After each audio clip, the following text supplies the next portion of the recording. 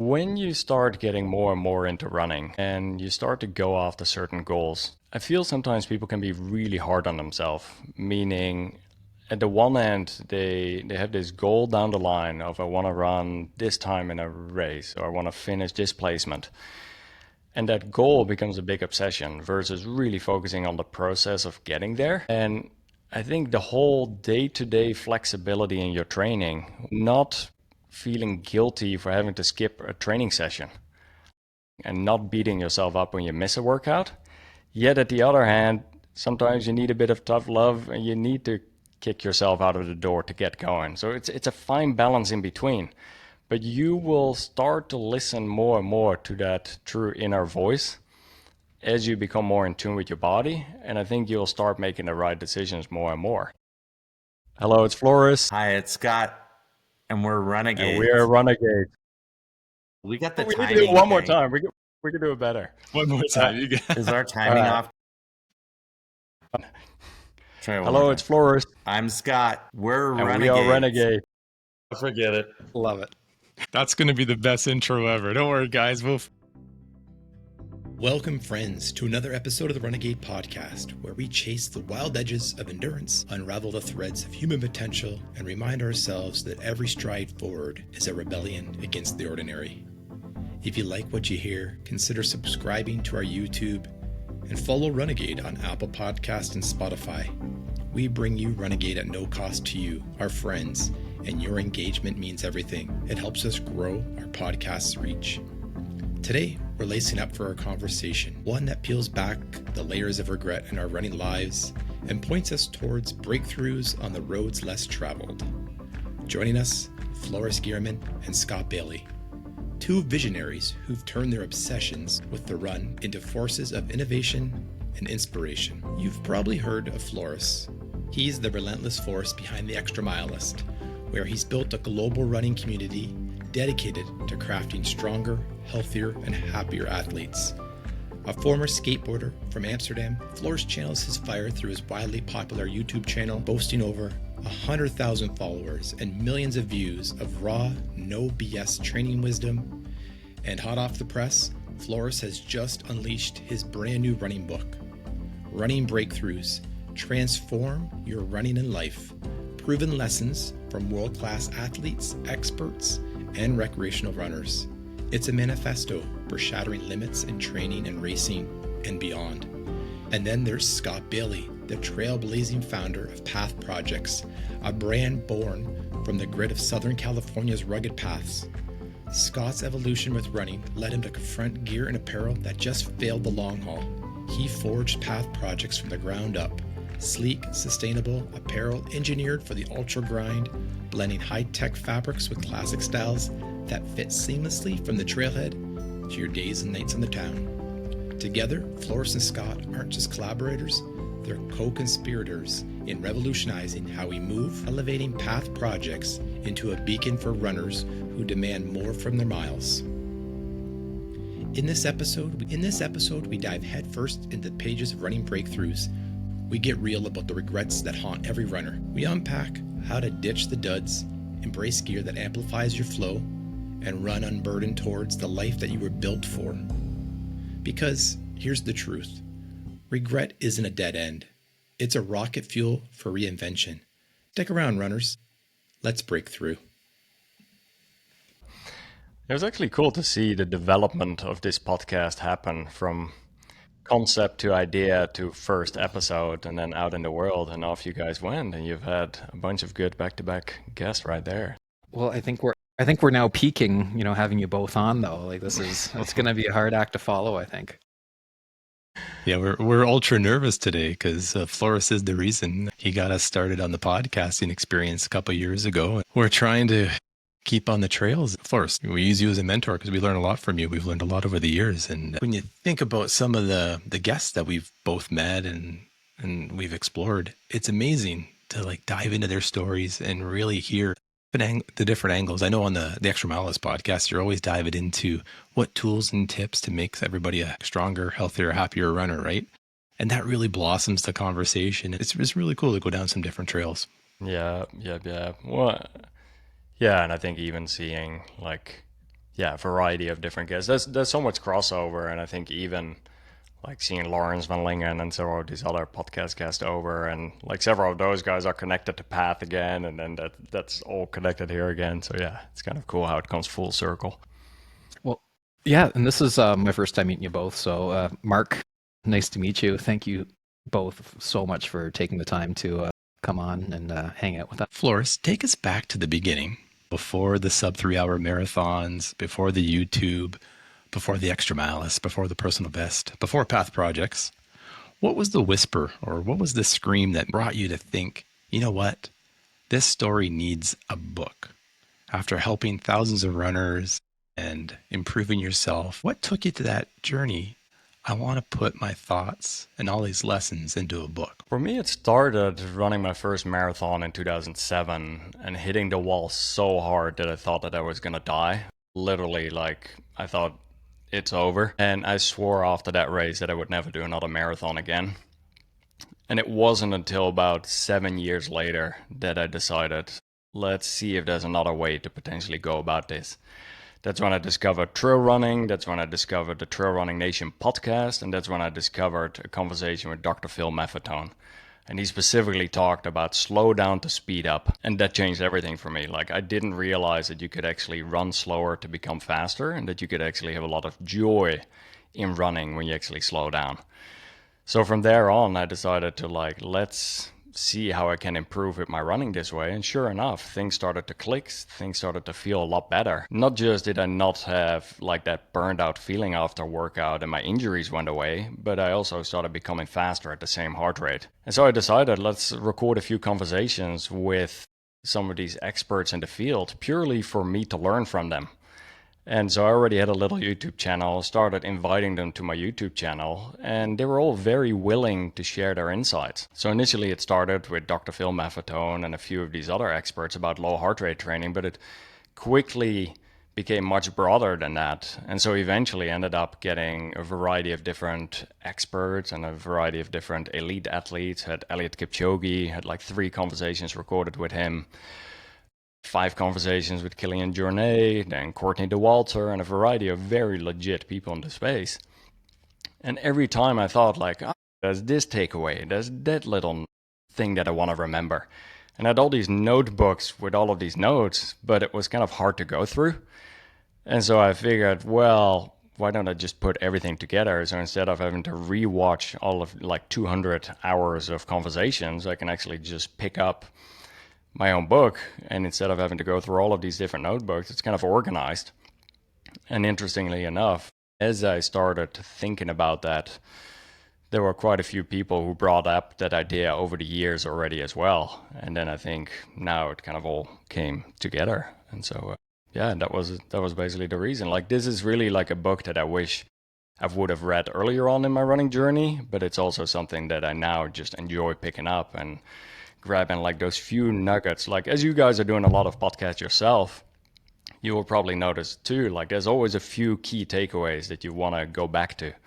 And like, that's basically this. It's a compilation of all of these different key takeaways. It's awesome. And Scott, like what I've read so far is that you've always been into action sports. So like skateboarding and BMX and that. Like, how did you find running? Like, when did that become as, exciting as taking a sweet jump off a ramp or anything of that nature? I think it was originally it was just pure mental health was really what it was for. I was in the middle of probably my second company that I co-founded, and high growth, high stress global company, and I started running really just as after work. I had about 7 miles to my house, and there was like a river trail. I say river, but it was in Los Angeles. It was really a cement canal, the deep one.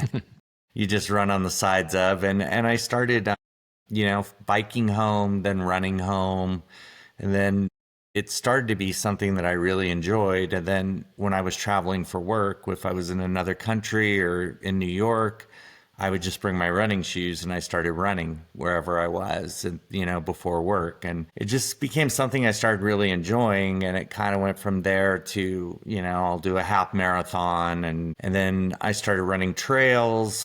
And then I started trying to do adventure runs on my own, where I would pick a point to point and kind of plan the rate, my run by myself. And it was always solo. And that's really where it just grew from that. And that love of, I think, once you kind of can reach that runner's high where you don't feel like you're running anymore, you kind of feel like you're just floating through the trails and what you're doing. And it just, once you kind of reach that euphoria, you just kind of get hooked to it. So yeah, I didn't start running till my 40s, and really just fell in love with it and the release you get from it. Everyone discovers their first running. Scott, do you remember the first time you laced up the shoes and went out for a run? Like, do you remember? I mean, I always ran from a standpoint, and I think the first time I really started running was like sports in high school. So I wrestled, and you're always trying to cut weight. So running for me was cutting weight on the weekend before a tournament, which I hated. And it was like something I never liked, or playing football where they make you run laps when you do something wrong. So those types of running for me were always it wasn't enjoyable. I think when it really became enjoyable for me was really when I started running home from work. Really, those first few runs of when I could do the whole 7 miles, and I just felt good about it. And you see all the cars in traffic, and you're just running below them under the underpass. And I think a lot of the stuff when I was traveling and getting up in a city I'd never been in before, and getting up early and going running through the city and seeing it that way, like those were really like where it made me fall in love with running, were those types of things. It wasn't just that first run. I don't know, that it really was when I started just doing it for enjoyment. I remember my first run. The very first time I laced up the shoes, I went in front of the house, and I thought, you know what, I'm going to try to run for 2 kilometers. I made it about 400 meters, and I was bent over, and I couldn't even take another breath. And I just knew there was a long way to go. Floris, do you remember your first run? Do you remember when you laced them up for the first time? The interesting thing is, when I think back of my very first running experience, I was a young kid riding my bike through the forest, and both of my parents were trail running in front of me. And so we literally lived very near a forest, and my running growing up was in the trails, or like in the forest at least. It's not like steep trails like we have over here, but it was still always in the forest. And first of all, it was them doing it and me riding my bike with them. But from there on, it was also me just doing like the local 5K or the local 10K in the forest. But my parents did tell us, if you want to do this, you have to put in some training, or you're going to be like that, where after 400 meters, you're going to be huffing and puffing. So at least put in some training runs. And it wasn't that we were doing rigorous training plans, but at least go out once or twice a week and put a few runs in. But the main memories are always tied back into going into the forest, and there's a very specific trail in particular that I often think about. Because I literally asked myself that question, when is my very first running memory? It came to mind like a few days ago, and that was exactly it. And I What imagine about yours? Well, my very first running experience, I would say when I actually had intention to go out and be like, I'm going to go and run, 5K, for example. And Scott and Floris, the ongoing joke here is that I have still never signed up for a race or anything. So I'm actually admittedly not really running a lot right now as well. So I need to get back into it. I feel like a bit of a fraud, but we will get myself back into it. Todd tried last night or 2 nights ago when we were traveling for work as well, but it was pouring outside, and I had my excuse that I didn't have, the proper rainwear with me. He still went like a champ. And then we linked up for dinner later on. But Todd, to answer your question, I think it was when I was living in Toronto, newly married, and I felt that I was starting to, get a little bit soft in the center. And I thought, you know what, I can't let myself slip like this early in my marriage. So I needed to get some physical activity going on. So started doing a route around the neighborhood there at nighttime, and put on a good album, I think, with my MP3 player at the time, and just listened, ran at night, and felt like I accomplished something.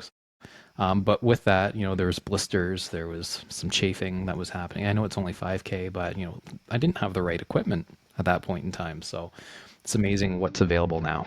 Oh, Renegade is proud to be sponsored by Thrive Protein. We love sharing what works for us.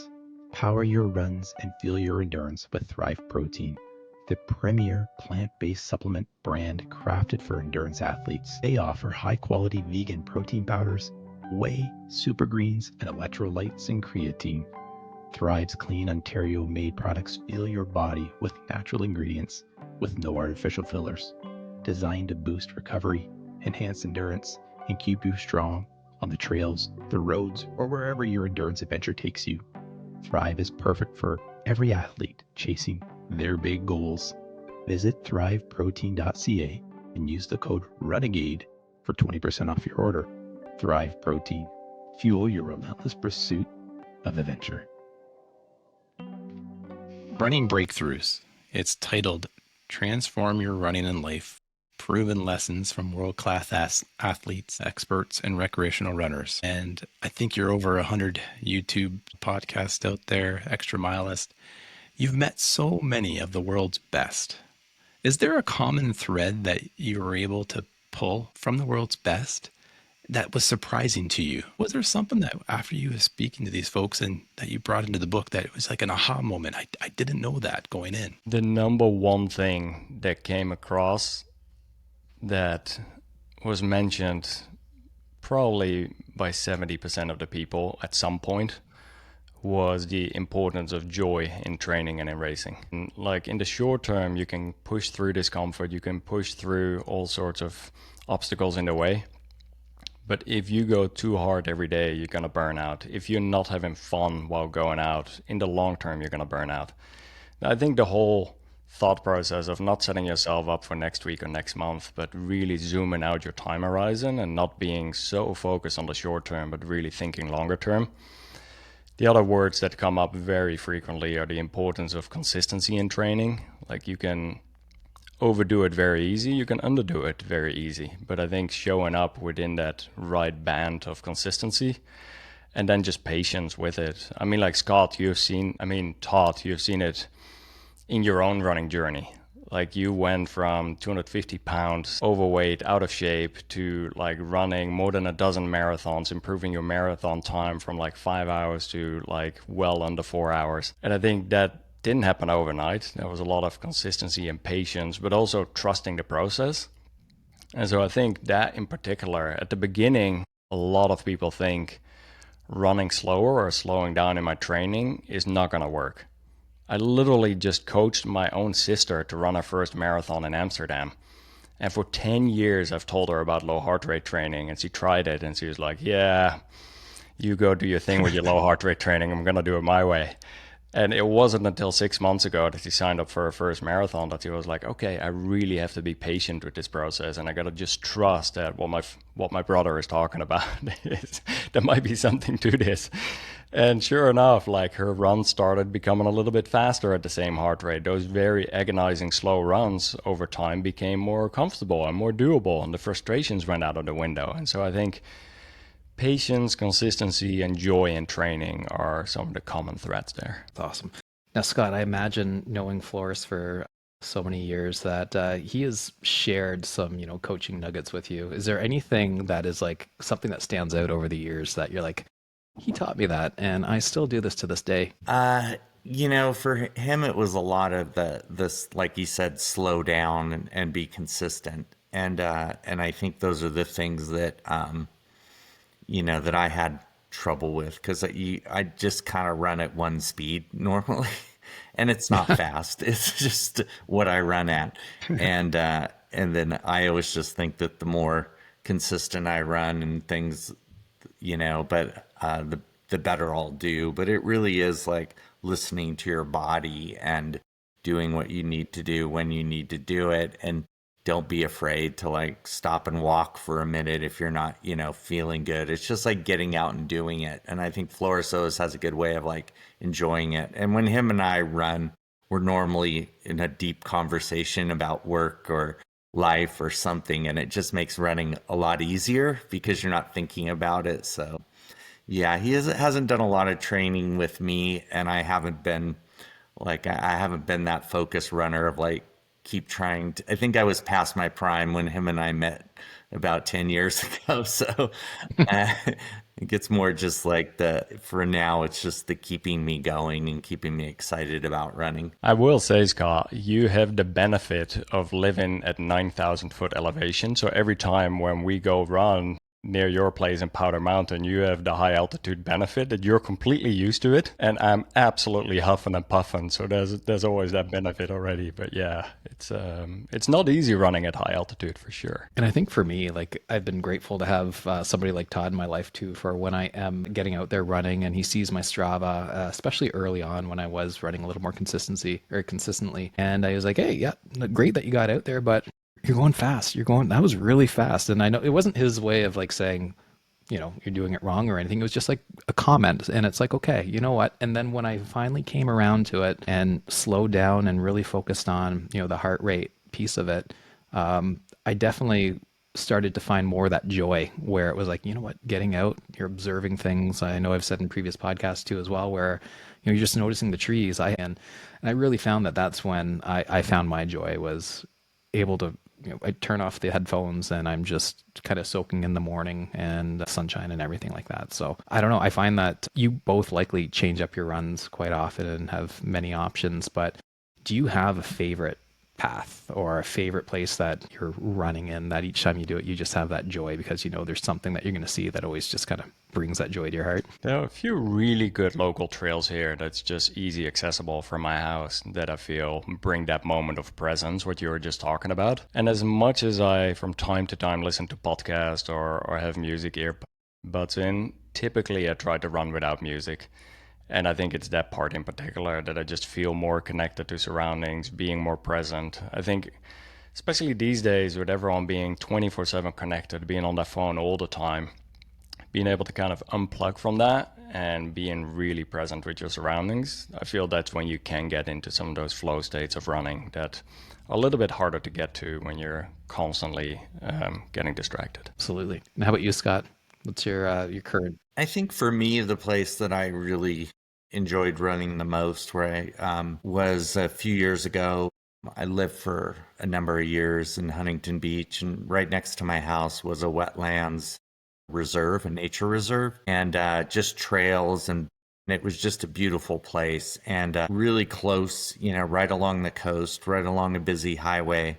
But when you were in there, you just felt like you were away from everything, and just the amount of wildlife that was in there, and hardly any people early in the morning. And for me, I'm like a crack of dawn, right? When the sun's just starting to come up, and it was just, and especially like the fog. I loved running in the fog where you could just barely see the trail in front of you. And for me, that was kind of my joy because it just starts the day off so well. And a lot of for me is like that morning run, because I always said, like, once you have a great run in the morning, your whole day is good. No matter what happens, you feel good the whole entire day. So that for me was it was my personal playground for a number of years, and I loved it. So funny hearing you talk about wildlife, Scott. I literally just watched a video from a mountain lion encounter over here in Orange County. It happened yesterday, of like a female mountain lion absolutely barging at two mountain bikers. And then I watched one of the videos from Taylor Spike, Cameron's Haynes brother, and he literally was face to face with the same mountain lion who came so close that he was absolutely terrified. And he just posted a video about it too. I don't think you'll see mountain lions at the wetlands, but it's not very far from that. It's pretty wild. No, we have a lot here in Utah. Like, I hear them on the trails. You can hear them growling sometimes, and it's the most freaky feeling in the world. Like, they're right there. And one of the neighbors the other day, he got a deer, and he was hanging it outside of his house, and he came out, and the mountain lion was eating it on his porch. Well, the deer would be much more tastier than a runner, because those runners can be pretty bony out there. And yeah. I was thinking about this. Like, I'm looking out the window right now. We're in the Northern Hemisphere. It's daylight savings time. It's turned dark. I'd love to be able to run in the morning, but trying to get to work and all that kind of stuff. Most runners, it's tough to fit that run in before work. And with the weather changing, I thought, what maybe an interesting topic to explore is maybe the regrets of runners after choosing apparel. We got 2 apparel experts on the podcast here, and we thought we'd pick your brain a little bit. I'll start with Scott here. Maybe I'll put you on the spot. What do you think would be the top regret of a runner after they unwillingly or unknowingly choose a piece of gear? Yeah.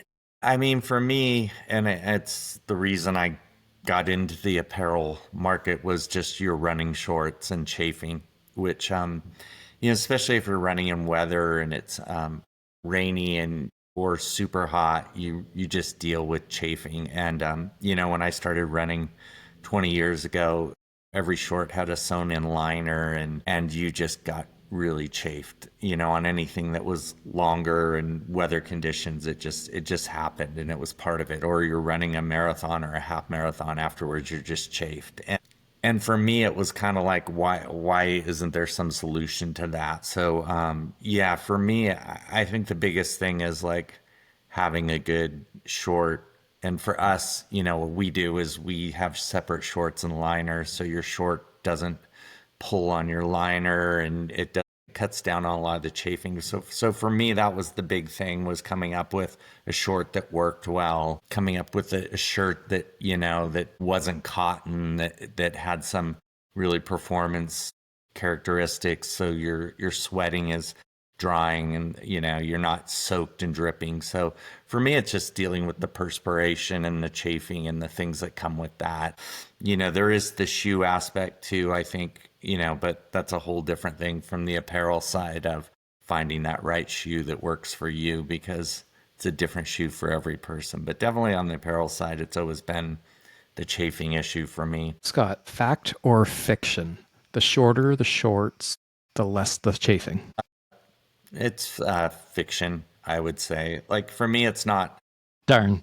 It's not the, well, Just kidding. It depends on the liner and what you do. I mean, what we've found, and I mean, we have 15, 20,000 customers, and people come to us like, I've always chafed. What do I do? And, what we've found is that the long liners underneath, like having an 8-inch liner that goes over your thighs and that stays in place, because it's normally the ride up on the short, and it's different body types have different problems. But normally when you have more muscular body type, and it tends to, naturally gravity, you've got a bigger thigh and smaller up top, so it's going to pull everything up, and that's where you get the bunching and the chafing. So I mean, for us, it's really like the liner. If you have a longer liner, it doesn't matter if you have a longer short or a shorter short, the liner's going to protect you, and it's going to kind of stay in place and be that second skin, so you don't really chafe as much. Again, it's how tight the shorts are, what your body type is. It's different for every person. Great. And I appreciate that, because I was kind of half joking when I said that, but I mean, I actually learned something great out of that. So thank you. And then I guess my second part to that question is, I mean, if you have a good pair of shorts, and as you described with a longer liner, you may not need to worry about a secondary substance like squirrel nut butter. Or is that a recommendation depending on the length of the run? Does it add to it? Does it prevent, I guess, anything that creates more of a glide will prevent the chafing? But what are your thoughts on that? Do you recommend using a secondary? I have a few thoughts, and Yeah, that is, I think when you go, I don't know how much information and what is TMI here or not, but I do think everything's open here. Go ahead. I think there's certain spots where, regardless of anything, it will be benefit once you start going really long, once you start going marathon or longer, especially when you're out there for a while, it's going to start getting wet or anything like that. I think there's certain spots that, for example, closer to your butt crack, where, like, regardless, if you're going to be out for 6, 12 more hours, that it wouldn't hurt applying it over there. That being said, I think the number one thing starts with having a really good short liner system, or something that works, that you don't have that friction. I think Scott described it very well. In particular, once you have items in your pockets, your short starts riding up and down. Especially if you have, like, I run a just ran like all of the world majors. And in those, I was always carrying like 8 to 9 gels. And I had them all in the pockets of the shorts. And so the pockets were pretty heavy, so the shorts would bounce up and down. But if you have that liner that is tied to your body, at that point it can just ride on it without the entire liner going up and down as well. And so that makes a massive difference over there. Flo, you just talked about something, and I would call this probably the second regret of running gear purchases. You buy a really cool pair of running shorts, and then you find it has no storage. And I promise, when I first found Path Project shorts, I was taken back by the phone fit in the back. I had room for all the stuff I like to bring. I like to bring a lot of stuff when I run. Why? I don't know. And I think that's something when I first started running, I buy like a pair of shorts. I wasn't thinking about it. And I'm like, hey, it doesn't fit my phone and it has no pockets. And you know what? So what was the innovation? One thing I noticed about the Path Project shorts is the pockets hold whatever they have in there really well. Is there like some science behind that? How did you come up with the no bounce? Yeah, I mean, it was definitely, I mean, it came from originally when I was running back and forth from work, and you have to bring, you know, your keys, your parts of your wallet. There's certain things you have to carry back and forth with you. And I didn't really want to use a pack. And the shorts I had, you know, the pockets were either wide open or had Velcro, or there wasn't any place to put your phone. So you end up wearing like a secondary belt or something. And it just, for me, it didn't make sense. Like having separate pockets and having a place to put your phone and having somewhere to put your key that's separate from where your other stuff goes. You never want your key in your gel pocket. So, I mean, the original shorts that we designed 10 years ago are still our best selling shorts now, which, you know, has to do with having those separate pockets, having a key pocket separate. You know, you can have hand pockets or just a lot of different smaller pockets on your shorts. And just having that, I think, added a lot to what I thought a great running short needed to be. You know, for me, it was like the material that it was made out of, the storage that it had, having a separate liner, no liner built into it, having the draw cord on the outside where it's not the inside and it rubs on you while you're running. You know, it was really, and having the pockets balanced. So having pockets on each side and the phone in the center back so that you're not unbalanced. So yeah, there was a lot of things that we went through designing the short to make a better short, because at the time, shorts were just made by, you know, the footwear companies, and it was more of an afterthought. They were just put in the stores as something else to sell with shoes. And I don't think people back then were really thinking about like all the details that make a good running short. And I can imagine through the years of development, the number of different prototypes and different materials and that. Do you have any kind of funny stories of anything that was proposed or anything that you thought that would make a great material, but then when you actually tried it, it just was a disaster? Well, I wouldn't say it was a disaster, but one of the first shorts that we made, we used this fabric from Japan, Toray Dot Air fabric that they had designed for the Olympics when they were in Japan for their Olympic team. It was a really lightweight, small perforated fabric. It was a knit, and it worked extremely well. I mean, Floris loved those shorts. I think he still has some. It worked fantastic for like 80% of the people, but if you had like big thighs or it rubbed together, it was so soft that, you know, some people would disintegrate them in, you know, 3 months, like in between their thighs because it had the perforation and it would rub, you know. But Floris had his for 7 years, thousands of miles, and they were still until they wore out from washing them too much. But, you know, that was a hard one. When we discontinued that fabric, people were like, no, I love that fabric. But it's hard when, you know, 10 or 20% of the people they're failing for, and the other, you know, 60% are madly in love with them. It was a hard product that we just couldn't keep in the line, a hard fabric. Well, Scott, I got to go to something on this. Okay, so Floris, you had 7 years or whatever, thousands of miles on these shorts. This is probably another regret of runners. You buy a pair of shorts or you buy an apparel, and then you notice after the first run, it really stinks. How the heck is Path Projects able to fight that odor? Because I can't imagine, Flo, those shorts can't smell good after thousands and thousands of miles. I don't Yeah. I mean, I do wash them afterwards, Todd. know. I didn't know that was an option. What if they're good luck shorts, though? Just kidding. Yeah. I mean, one of the things that actually keeps things from not smelling is like we use a fabric that's mechanical stretch. So it means that the yarns are spiral. So the stretch comes from not spandex or lycra. It comes from the actual short being able to flex. And the spandex and lycra are what absorb sweat and hold it and hold water. So it actually helps a lot on the antimicrobial side not having that in. So any of the fabrics that have don't have spandex or lycra in it are less likely to smell too over time. I was thinking through one more mistake or regret that runners experience when it comes down to apparel is overdressing for races. Meaning, yes, you want to be somewhat cold the first few miles of a race, because very often if you don't, you're just going to overheat so hard by mile 3 onwards. So meaning, for example, with a world major or with any marathon, what you will often see is people just bring some old clothes that there's donation bins at the start. They just take off that sweater, put in the donation bin, and at that point actually start the race. Or at some of the smaller races, you might have a friend or family member or whatever take that. Because yeah, I've done it myself. I see many other beginner runners make that mistake, and it's just not pleasant when you start overeating. You literally see your heart rate shoot up. Your lactate levels, everything.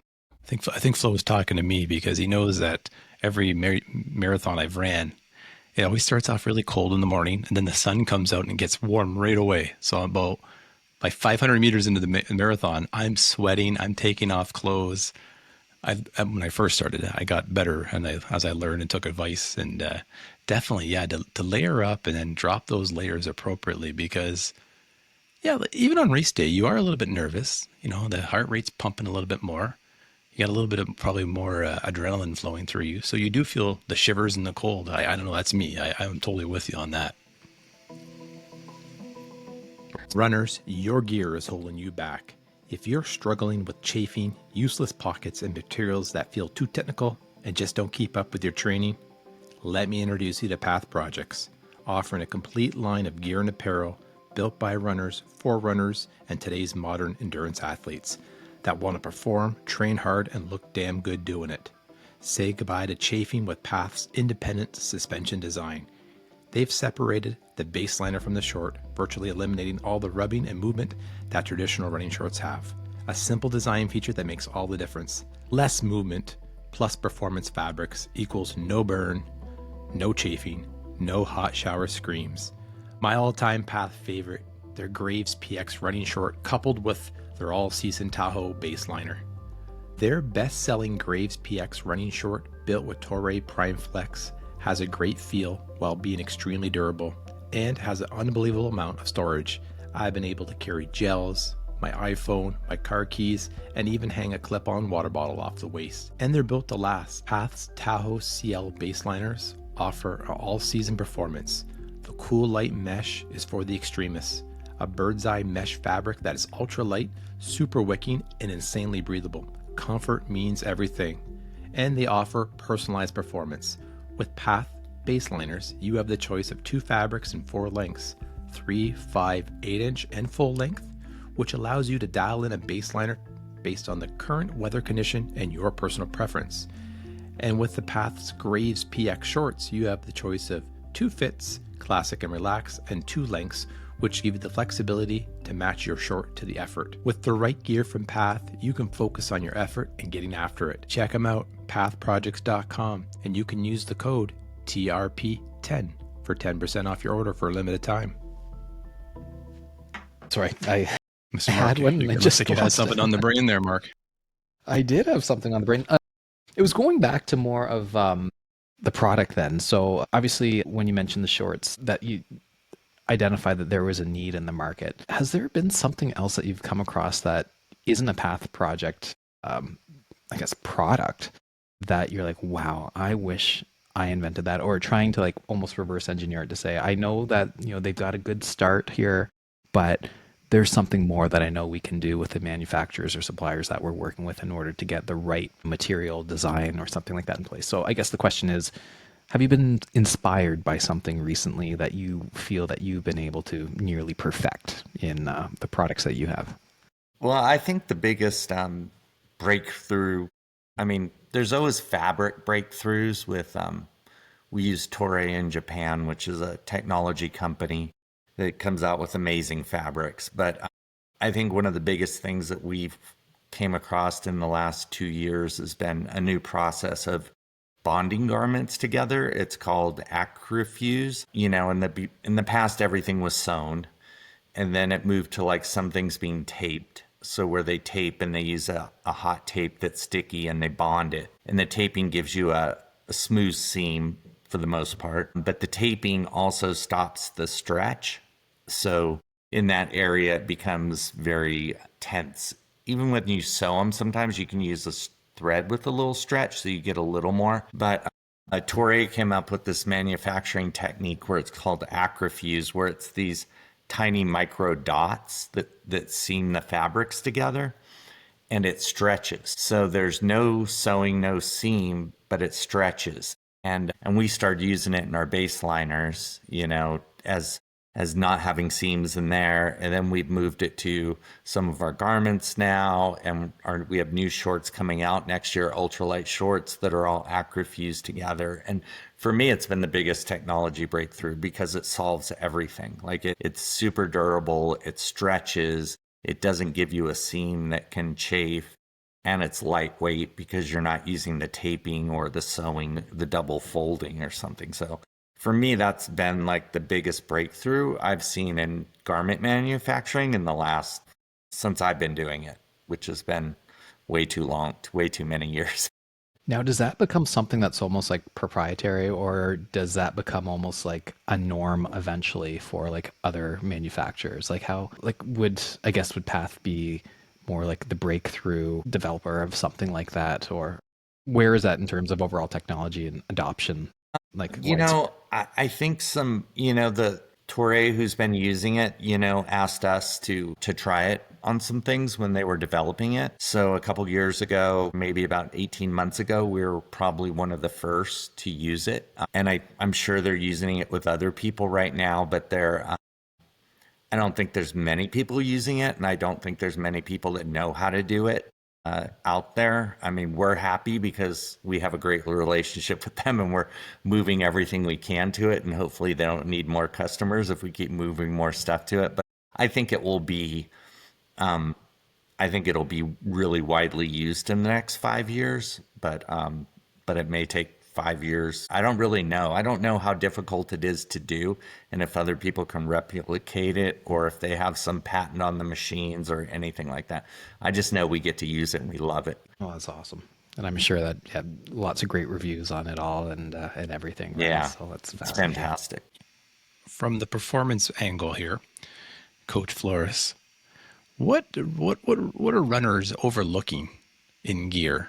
And can actually having the right gear help your race and also help your training? Like, what do you think? Like, what from your experience? I mean, trying to think of not overcomplicating it over here, but when it really comes down to wanting to have as much comfort as you can and making it as, like right now we're going into colder weather months. For me, the number one thing that's important is a proper headlamp. And it's different on the gear side of things, but I feel a lot of people go cheap on a headlamp. And if you have good visibility on the trails, or on the road as well, it makes your entire running experience that much of a difference. And so I think Scott and I actually both have the same Petzl headlamp. I don't know if you still have the same one, Scott, but I think I left it in Mammoth in Brian's truck, but I got to ask him about it. There you go. But this is one of those things, like once you find something good that works, that's very bright, that adjusts based on how bright you need it, or even if you look at something up close, it changes brightness versus distance. That to me is one of the more important part. I think breathability on gear, just being comfortable. I've had certain shirts on that just absolutely don't wick, and they don't breathe at all. You just start overheating. It feels like a sauna suit. And then there's other shirts that have very highly breathable, like even during colder weather months when it's going to be freezing temperatures, it's still easy to overheat if you don't have the right gear. So I think just picking fabrics that work well can make a big difference there too. I was going to talk about that. That's another regret of picking the wrong gear is the breathability, right?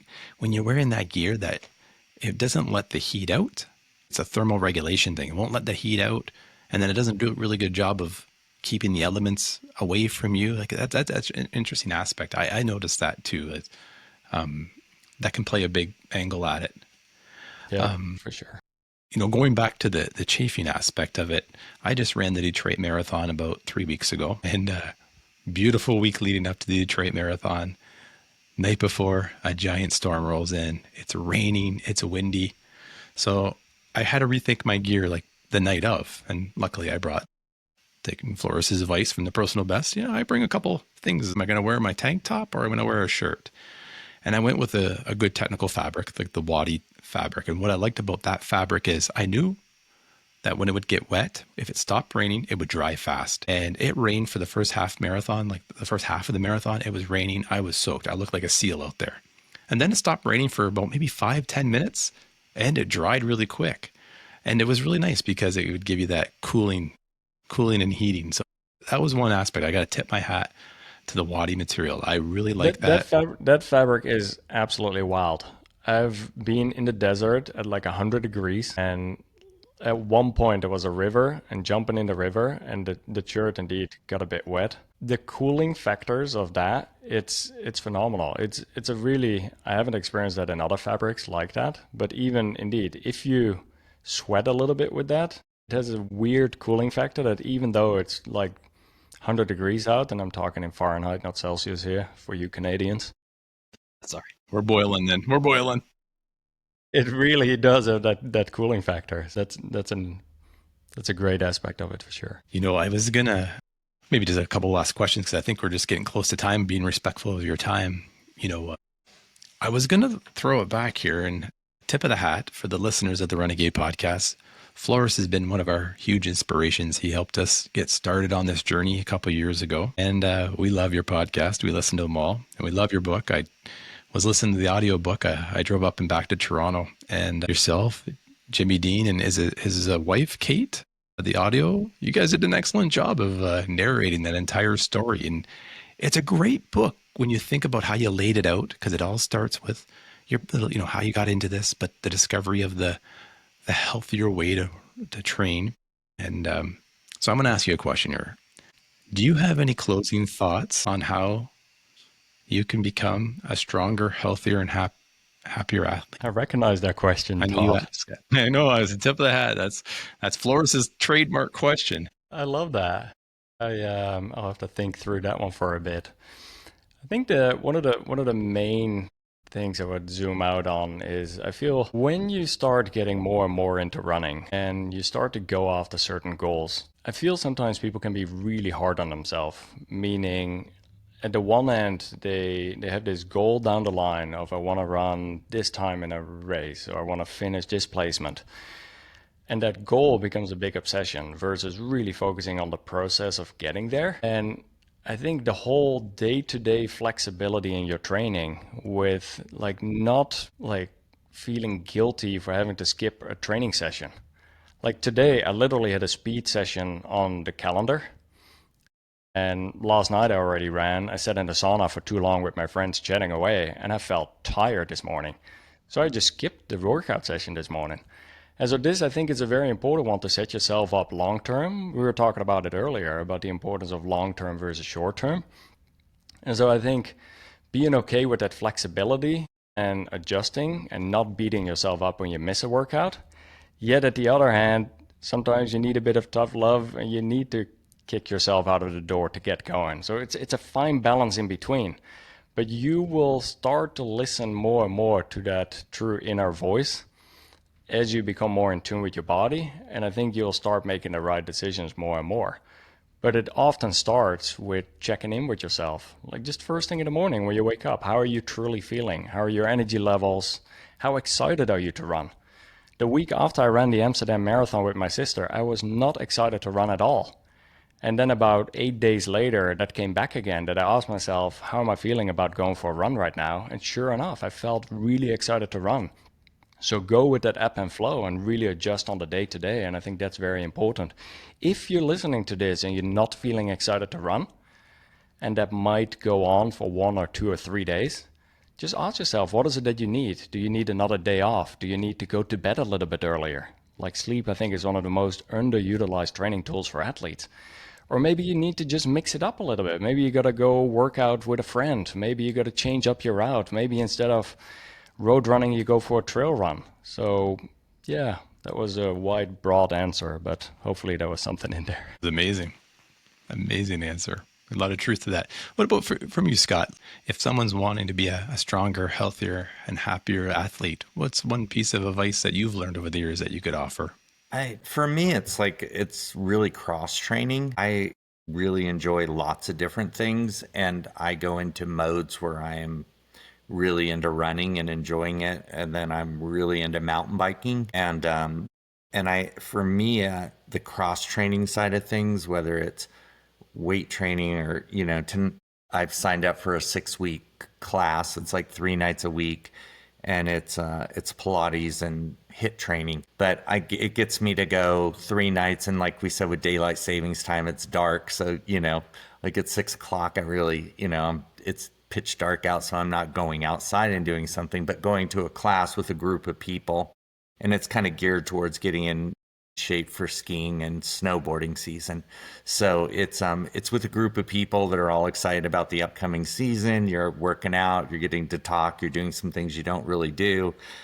And then for me, like, it's not burning out. Like for me, it's just doing something every day, or 2 things a day, whether it's a walk with the dog or a run with a friend or a bike ride, or a hike. It's just, it's getting out and being active once or twice a day, and just keeping that consistency. And then I think it makes all your exercising easier. It makes your running better because you're not burnt out and you're doing different muscles, and I don't know, for me, it's like not ever just stopping everything, but just keep switching it up. And the interesting thing is too, you even see other athletes, even like a Kilian Jornet, do that. He's like ski mountaineering in some of the winter months, and then he mixes it up with running again in the summer months. And so I think, mixing that up and asking yourself what you're excited about to do is a big one there for sure.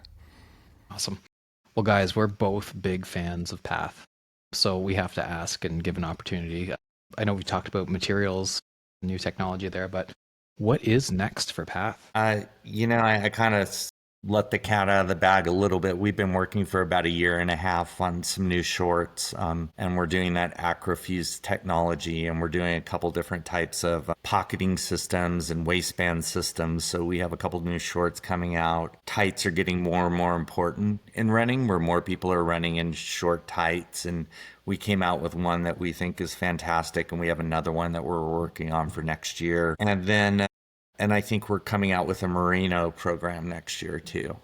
Some merino wool collection, which we feel like that's a really great material that we haven't really dipped into. So I think those are our 3 big things for next year. We are expanding the sun protection line that we did with that Wadi fabric from Japan. We've actually acrofusing that all next year. So it's gone from originally sewing to taping to next year will be the acrofuse with the full stretch in it and lightweight. So we keep, even though we have things that we've had in the line, we keep trying to slightly improve them where we can. So I think next year we're really excited about the whole lineup of product we have next year.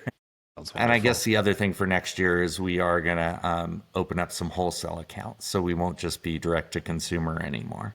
So we're going to start a slow rollout of going to wholesale and opening up run specialty stores. We're kind of crossing that bridge a little bit now. That's exciting.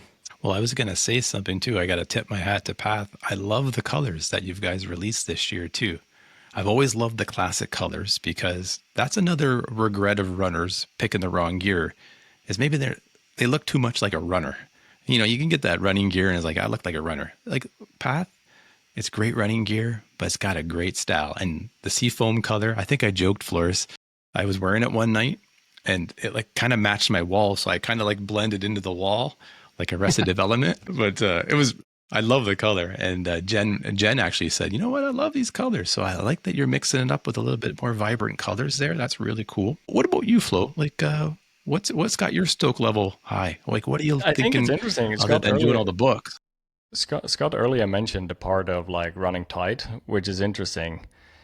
I never thought that I would be running in running tights until I tried them.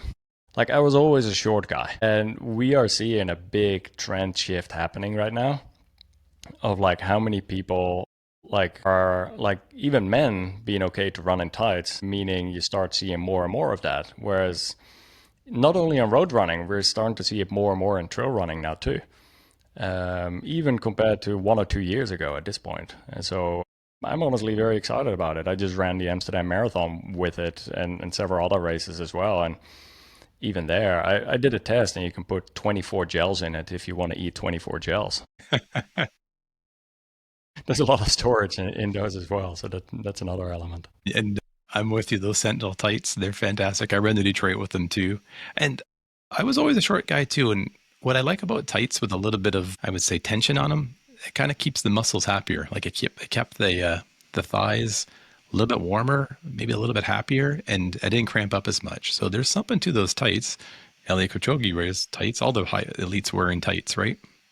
Yeah, well, the cyclists have known that for a long time. The compression and the tights, they've been into it. Yeah, I haven't jumped into that pool yet, the tights, but they're definitely selling well, and it's definitely a trend, and we see it more and more at races. And like Floris said, the storage capability and not having the bounce and again, I think the chafing is a really good thing with tights too. But yeah, it's definitely a trend. I don't think I'm there yet on the tight side, unless you have like a pocket for a roll of quarters or something that I can. But definitely, Todd, will take your word for it, and maybe one day I'll get closer to that. But I'm definitely a short guy. We'll get you in some tights, Mark. We got to get you signed up to a race first. First we got to get him back running, and then we'll get into a race. No, baby steps. Just start wearing them around the house first and get used to it. That's true. There you go. Get some. The wife will check. I was literally wearing the tights in the house, and then my daughter's tutor walked in. And my wife said, "Go change. You're not allowed to wear these tights." I mean, Floris is looking too good in those tights. Yeah, about that. Great. Well, guys. And sorry, go ahead. Just one last question I was going to ask. So, Floris, with the book coming out, what are you excited for? How are you going to maintain your health and happiness and running with a book, a release? What's your next race? It's interesting. I'm probably going up to Big Bear in a few weeks and just do some self-supported solo adventures. As much as I like races, I sometimes get the most joy of not having to be at a start line at a certain time, but really being there when the body and the mind feels in the right place and when I actually have time. And sometimes that's a bit of a last minute thing. And so I'm going up to Big Bear in a few weeks, and I have a few adventures planned over there that I'm really excited about. Next year, I'm planning a bike trip with my dad to Iceland. We're going to ride our bicycles. Oh, really? It's been on the bucket list for a very long time, so I'm excited for that. And how I'm going to recover and get through all of those kind of things, I think, like I mentioned earlier, the most underestimated or underutilized tool is sleep. And one of the other ones that I think is sauna use. And so I really enjoy sitting in the sauna multiple times a week. And same with sleep. I just try to get to bed at a reasonable time, especially once things get busier, because that typically seems to reset me pretty well. That and the Flow Rope by Lawrence van Lingen. That was the other one. We love the Flow Rope. I was just doing it this afternoon for a little bit. Yeah, absolutely. I knew it. And you know what? And Scott might be able to make it out to Utah at some point, because I was talking to Flo. I might head out to the trail run that you guys are sponsoring next May, right? There's a trail run in Salt Lake City, right? Yeah, it was a great event last last for the year. 50K. It was really good. Yeah, I think it'd be a great one to come out for. Yeah, so it's going to happen in May again this year. And so it's the Salt Lake Foothills 50K. But they also now have a 50-mile division, they have a half marathon division, and a 10K as well. And so it's a great opportunity for people to do that first trail race, but even if you want to go further and longer. Last year we were out there, Path was the title sponsor of that race. We set up a recovery station at the finish line, so everyone who came through would get ice bandanas because it was hot. We had the Marentette boots and everything set up. It's a great race. Josh and the whole Borderlands team who's putting it together is doing a good job, and that race keeps growing over time. So we're excited to be part of that and would love to see you there, Todd. Absolutely. Maybe I could bring Mark with me. We can find business reason to get out to Utah right there, we Mark. go. I'm sure we could figure out something. There we go. That's great. Awesome. Well, Excellent. guys, we truly appreciate your time. We loved it. Awesome to hear what Path is doing and Floris, your book. This is just a lot of exciting things ahead. So can't thank you enough for your time this evening, and best of luck with everything coming ahead for you. Thank you, guys. Absolutely. Thank you, guys. And we thank you for listening to the Renegade Podcast. Each episode, we dare to practice the lost art of conversation to better understand this thing we call life and the human connection that we have with running and endurance sport. If you enjoy the Renegade Podcast, could we ask for a favor? Head on over to our YouTube and click subscribe. And like our podcast on Apple Podcasts and Spotify. Your engagement helps keep the Renegade Podcast growing and going. If you have a show idea, a comment, we'd love to hear from you. Send us an email, runegadepodcast@gmail.com. That's RUNEGADE podcast@gmail.com. We have a great list of guests coming up that we're looking forward to sharing another conversation with you. Head on over to our link tree, check out our sponsors, our friends of the podcast. We have great discount codes that, thanks to them, they're offering you, the Renegade listeners, to save some money on the best running gear, apparel, fuel, and nutrition. We thank you for listening. And remember, in a world of runners, be a renegade.